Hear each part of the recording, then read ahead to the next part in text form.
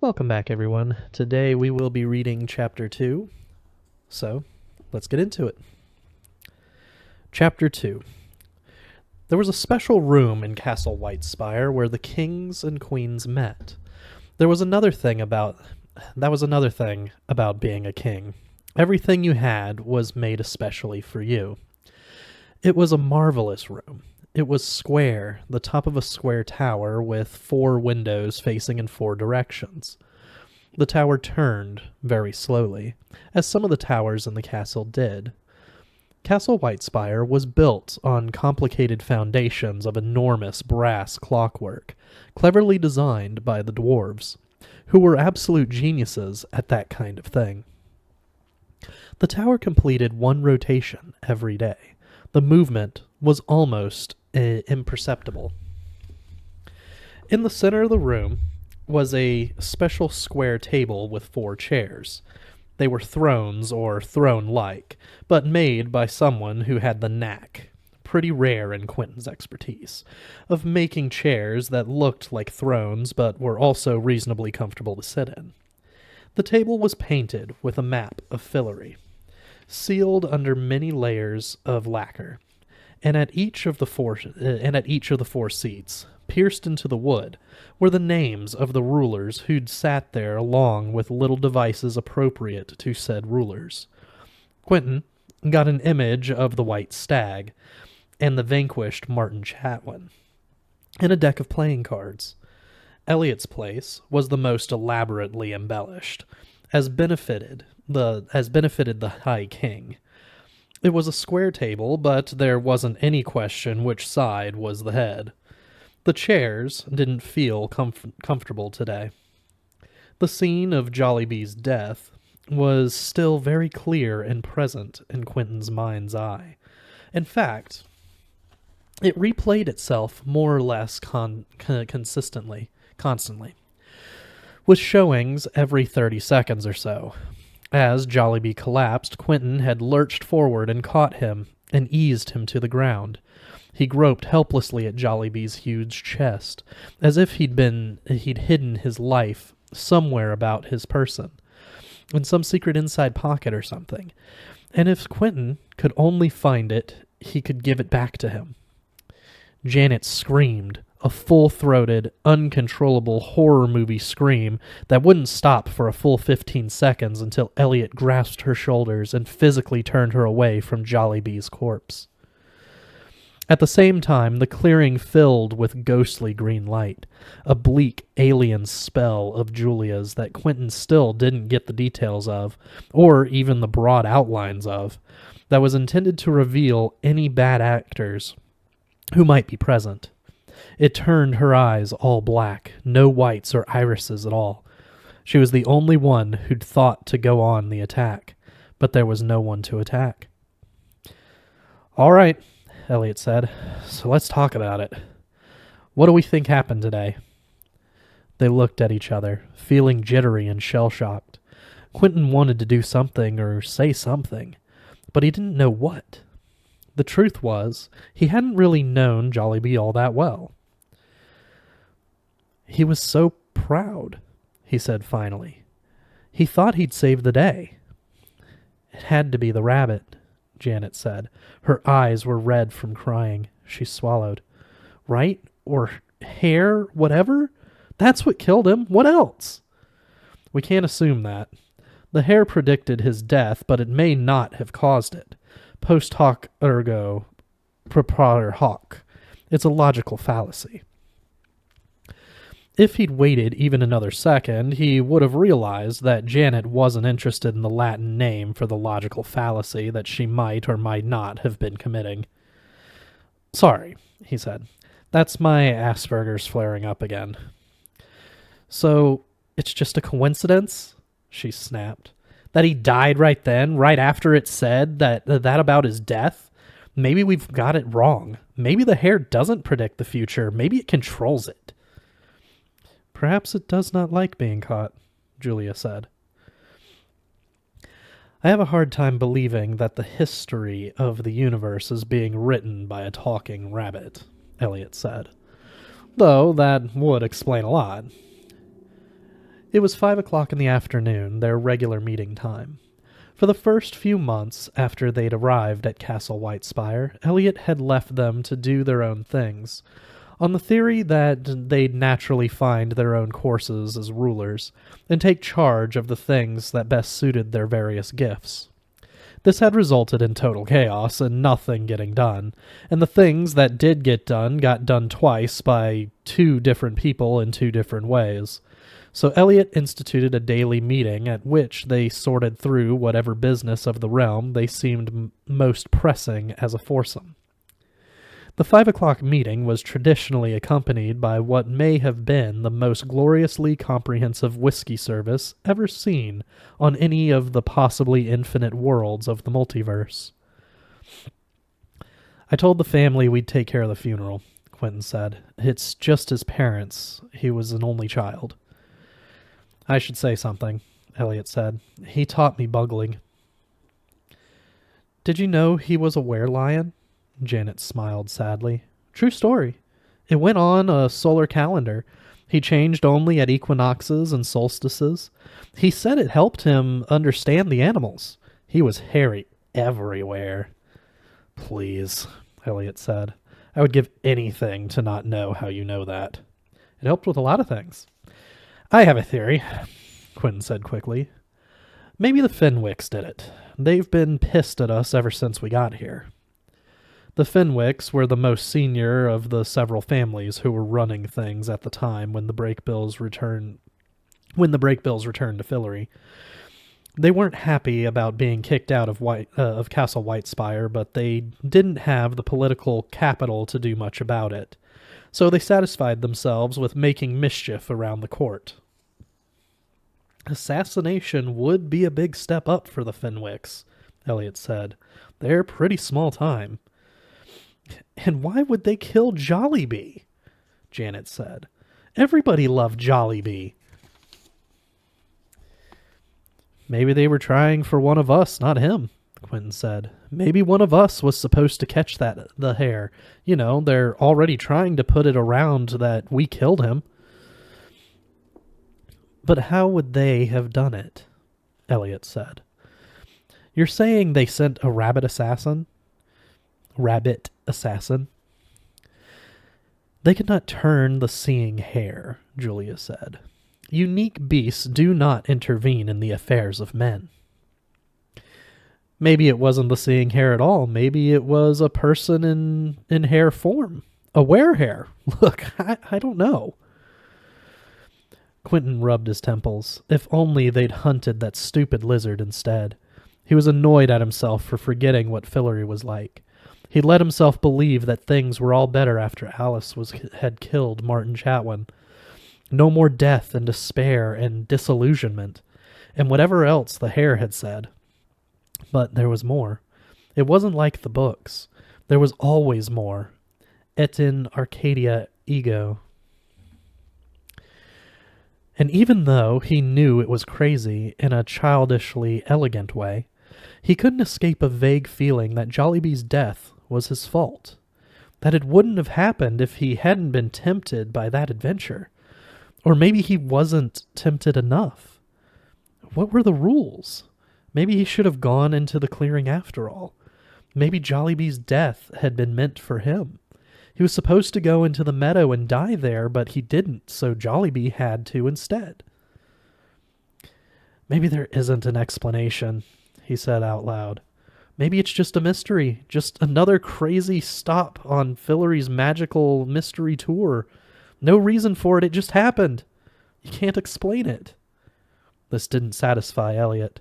He was still Elliot, the languid lush of Brakebills, but becoming High King had uncovered a dismayingly rigorous streak in him. We can't have unexplained deaths in the kingdom, he said. It won't do. He cleared his throat. Here's what's going to happen. I'll put the fear of Ember into the Fenwicks just in case.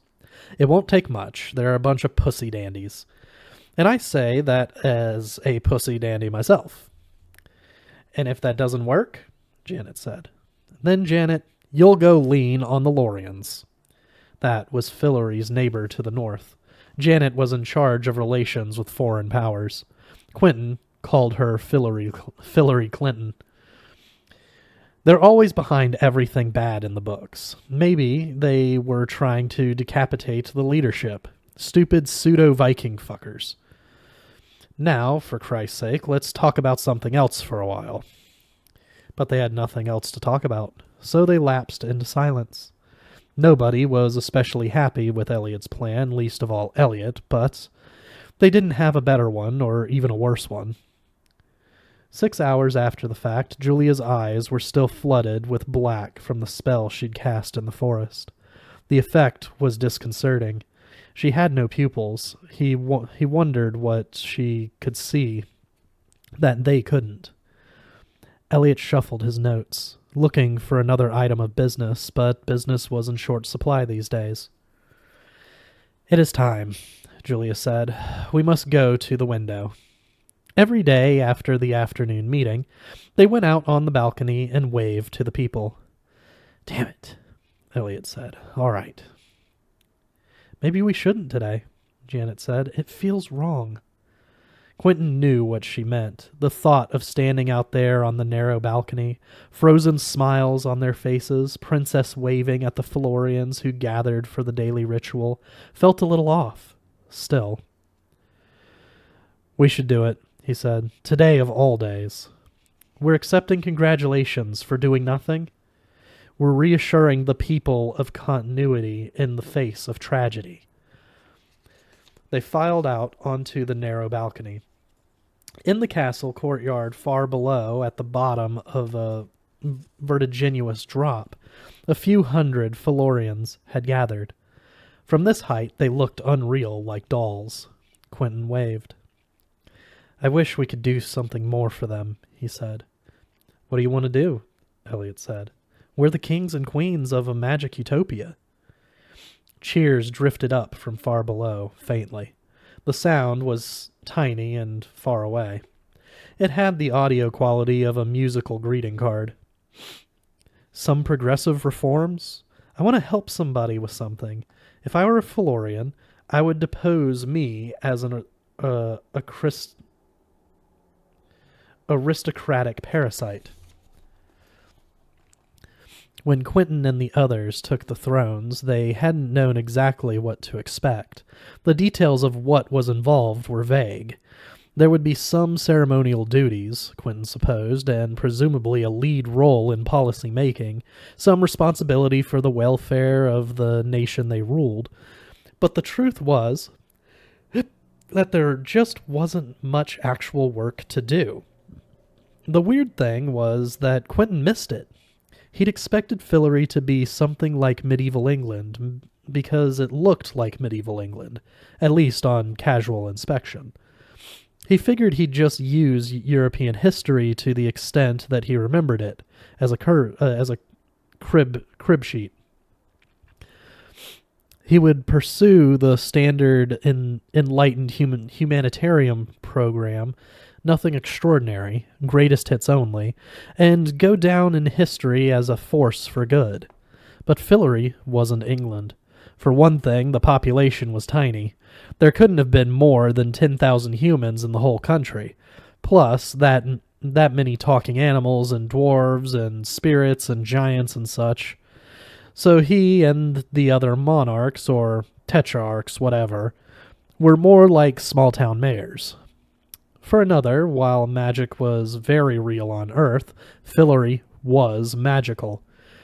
There was a difference. Magic was part of the ecosystem. It was in the weather and the oceans and the soil, which was wildly fertile. If you wanted your crops to fail, you had to work pretty hard at it.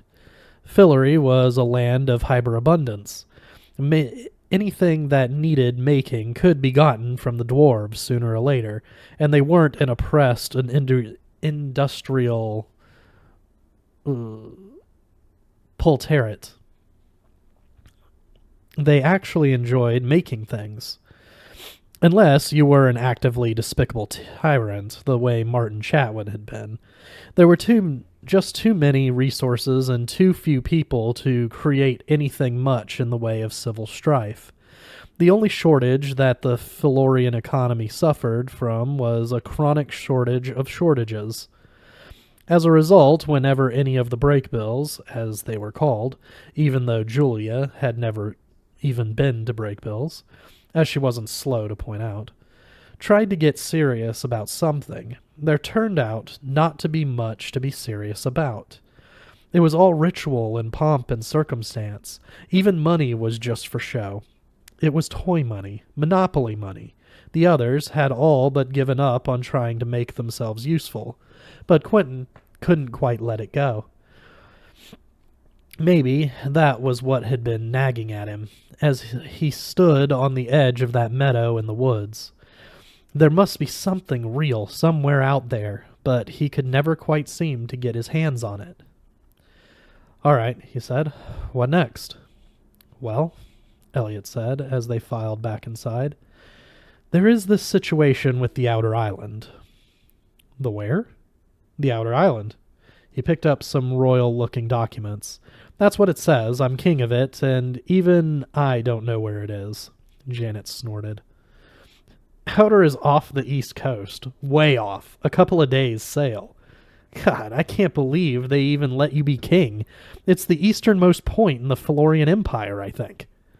Elliot peered at the map painted on the table. "I don't see it." Quentin studied the map, too. On his first visit to Fillory, he'd sailed deep into the Western Sea, on the other side of the Felurian continent, but his knowledge of the East was pretty sketchy. "It's not big enough," she pointed to Julia's lap. "That's where it would be if we had a bigger table." Quentin tried to imagine it, a little slip of white tropical sand embellished with a decorative palm tree embedded in an ocean of blue-green calm. "Have you been there?" Elliot said. No one's ever been there. It's just a dot on the map. Somebody started a fishing colony there after his ship collided with it like 1,000,000 years ago. Why are we talking about the outer island?" Elliot went back to his papers. "Looks like they haven't paid their taxes in a couple of years." "So?" Janet said. "Probably that's because they don't have any money." "Send them a telegram," Quentin said. "Dear Outer Islanders, stop. Send money. Stop. If you have no money, then do not send money. Stop." The meeting flagged while Elliot and Janet tried to outdo each other in composing the most useless possible telegram to the Outer Islanders. "All right," Elliot said. The turning tower had rotated to where the flaming Felurian sunset lit up the sky behind him. Ladders of pink cloud were stacked up above his shoulders. "I'll lean on the Fenwicks about Jollibee. Janet will speak with the Lorians." He waved vaguely. "And somebody will do something about the outer island. Who wants scotch?" "I'll go," Quentin said. "It's just there on the sideboard. No, I mean to the outer island. I'll go there. I'll see about the taxes." "What?" Elliot sounded annoyed by the idea. "Why? It's the ass end of nowhere, and anyway, it's a treasury matter. We'll send an emissary. That's what emissaries are for." "Send me instead." Quentin couldn't have said what the impulse was exactly. He just knew that he had to do something. He thought of the circular meadow and the broken clock tree and the film clip of Jollibee dying started up again. What was the point of all this when you could just drop dead, just like that? That's what he wanted to know. What was even the fucking point? "You know," Janet said, "we're not invading it. We don't need to send a king to the outer island. They haven't paid their taxes, which, by the way, is like 8 fish. They're not exactly powering the whole economy. I'll be back before you know it." He could already tell he'd gotten it right. The tension inside him broke as soon as he said it. Relief was flooding through him at what he didn't even know. Who knows? Maybe I'll learn something. This would be his quest, collecting taxes from a bunch of backwater yokels. He had skipped the adventure of the broken tree, and that was fine. He would have this one instead. Could look weak with the Jollibee thing, Elliot fingering his royal chin. You taking off at the first sign of trouble? I'm a king. It's not like they're going to not re-elect me. Wait, Janet said. You didn't kill Jollibee, did you? Is that what this is about? Janet, Elliot said. No, really. It would all fit together. I didn't kill Jollibee, Quentin said. All right, fine, great. Elliot ticked the item off on his agenda. Outer Island, check. That's it then. Well, I hope you're not going alone, Janet said. God knows what they're like out there. It could be Captain Cook all over again. I'll be fine, Quentin said. Julia's coming with me, right, Julia? Elliot and Janet both stared at him. How long had it been since he surprised these two, or anybody? He must be on to something. He smiled at Julia, and she looked back at him, though with her all-black pupils, her expression was unreadable. Of course I am, was all she said.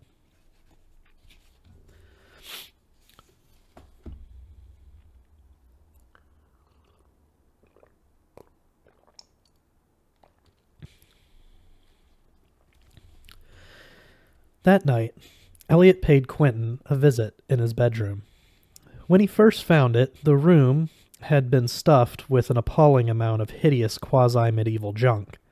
It had been literally centuries since all four of Whitespire's thrones had been filled at the same time, and in the meantime, the extra royal suites had been invaded and occupied by creeping armies of superfluous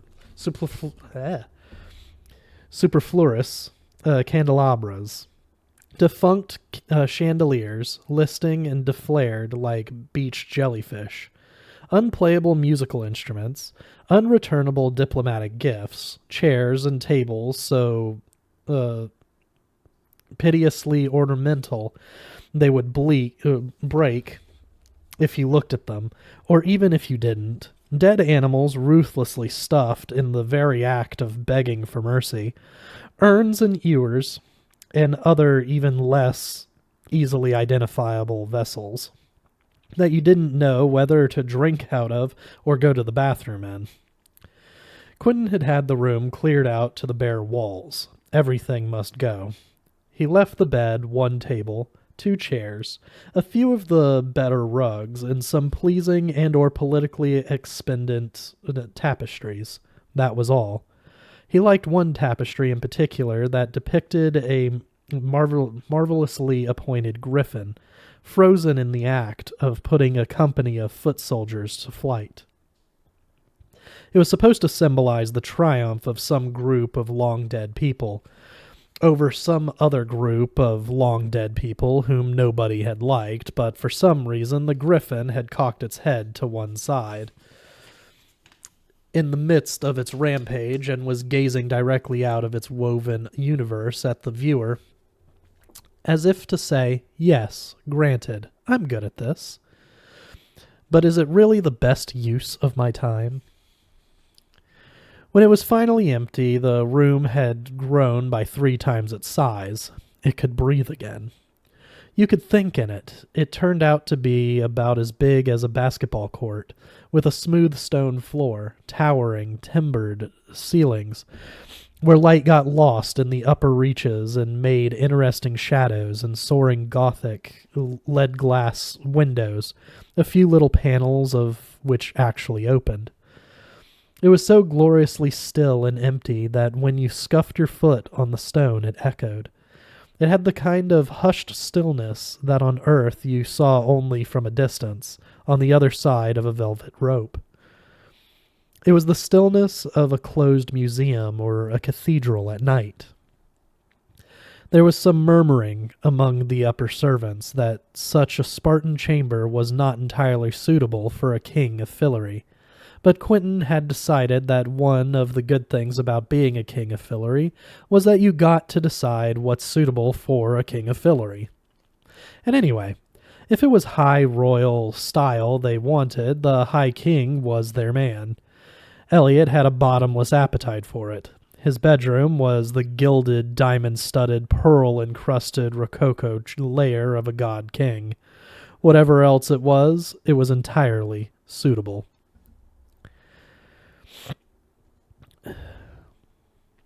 You know, in the Fillory books, you could actually get into the tapestries. It was late, after midnight, and Elliot was standing eye to eye with the woven griffin and sipping from a tumbler of something amber. I know.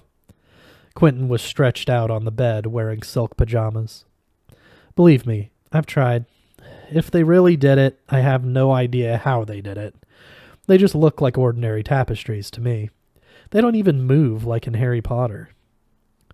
Elliot had brought a tumbler for Quentin, too.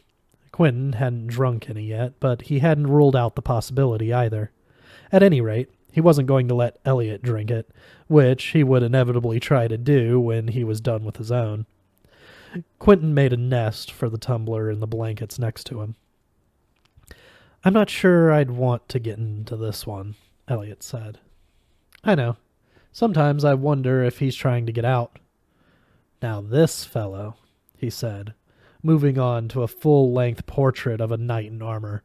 I wouldn't mind getting into his tapestry, if you get what I mean. I get what you mean. Pull that sword out of its scabbard? I get it. Elliot was building up to something, but there was no rushing him. Though if he took much longer, Quentin was going to fall asleep. Do you think if I did, you'd see a little tapestry version of me running around in there? I don't know how I'd feel about that. Quentin waited. Since he'd made the decision to go to the outer island, he felt calmer than he had in ages. The windows were open, to the extent that they could be opened, and warm night air flowed in, smelling like late summer grass and the sea, which wasn't far off. So about this trip of yours, Elliot said finally. About it. I don't understand why you're doing this. Do you have to? Something about quests and adventures and whatever. Sailing beyond the sunset. It doesn't matter. We don't need you here for the Jollibee thing. One of us really should go out there anyway. They probably don't even know they have kings and queens again.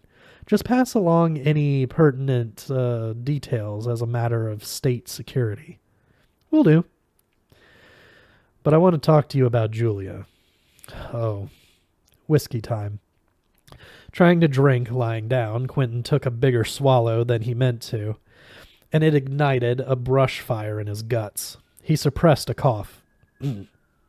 Look, you're only High King, he gasped. You're not my dad. I'll figure it out. Don't get defensive. I just want to make sure you know what you're doing. And what if I don't? Did I ever tell you, Elliot said, sitting on one of the two chairs, how Julia and I met?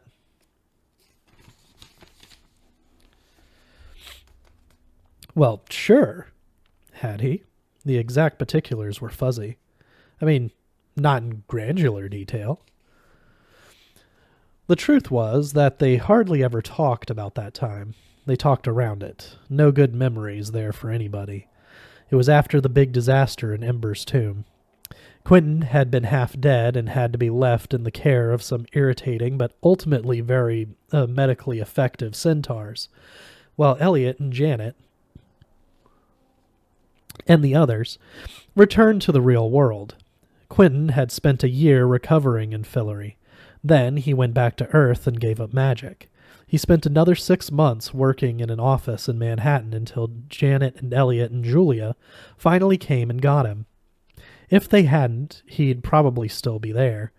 He was grateful, and he always would be.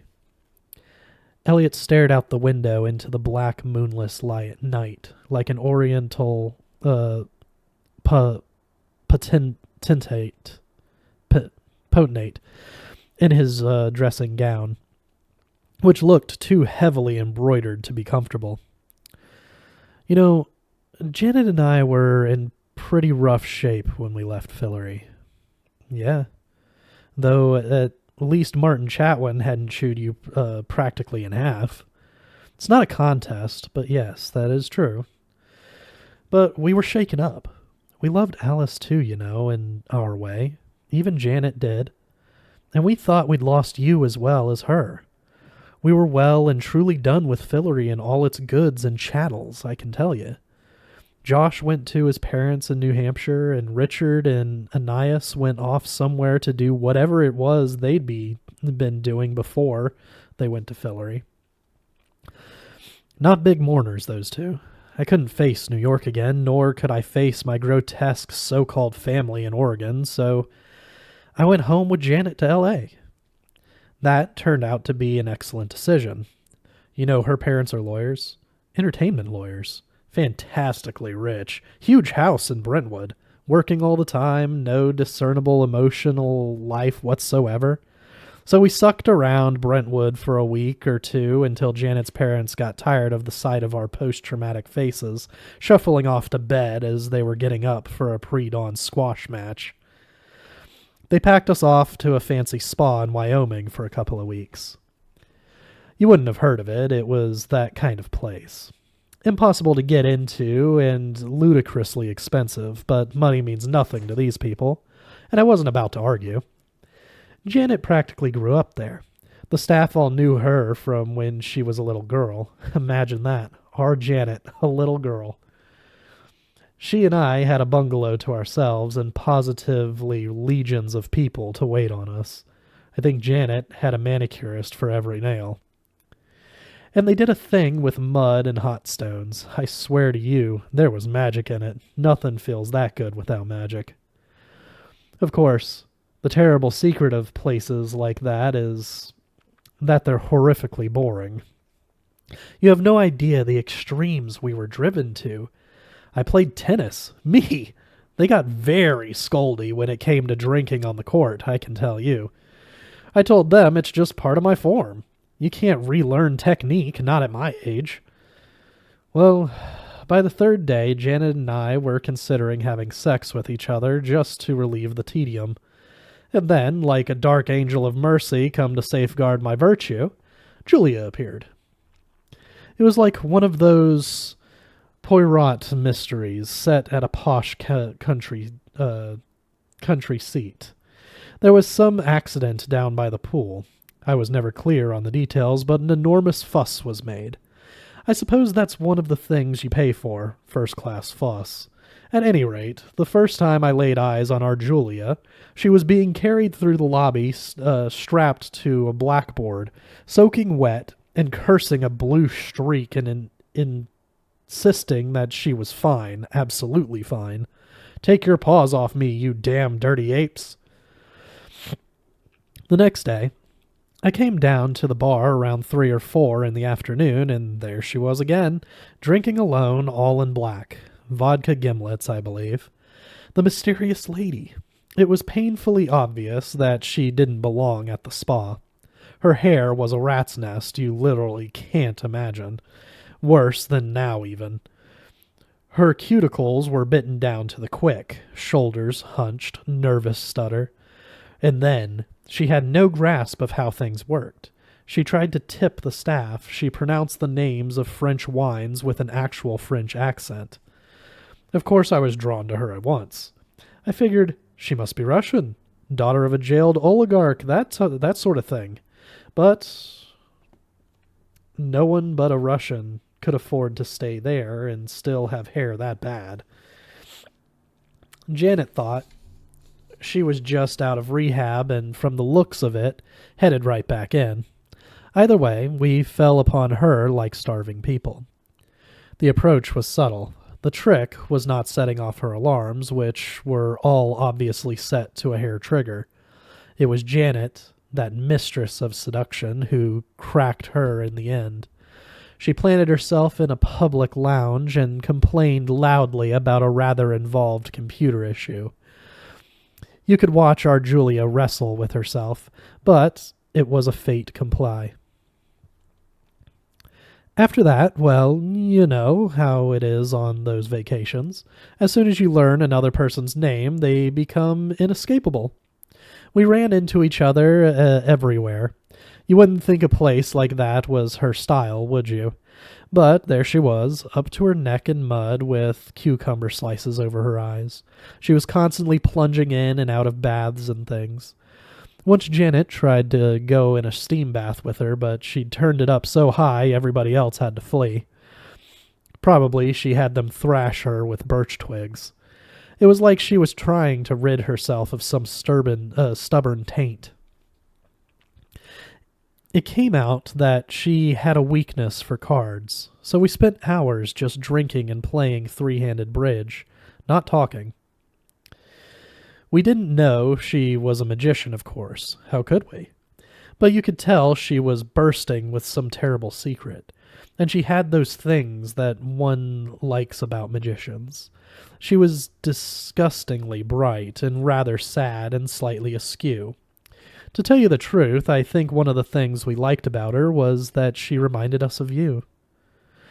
Well, you know how the Portroy books, he always goes on vacation to get away from it all, the mysteries and whatever else, only to have a murder committed on the very island he's fled to for peace and quiet and some civilized gastronomy. It was exactly like that, except that we were fleeing magic. One night I wandered over to her bungalow around 10 or 11 at night. Janet and I had a fight, and I was looking for someone to complain about her to.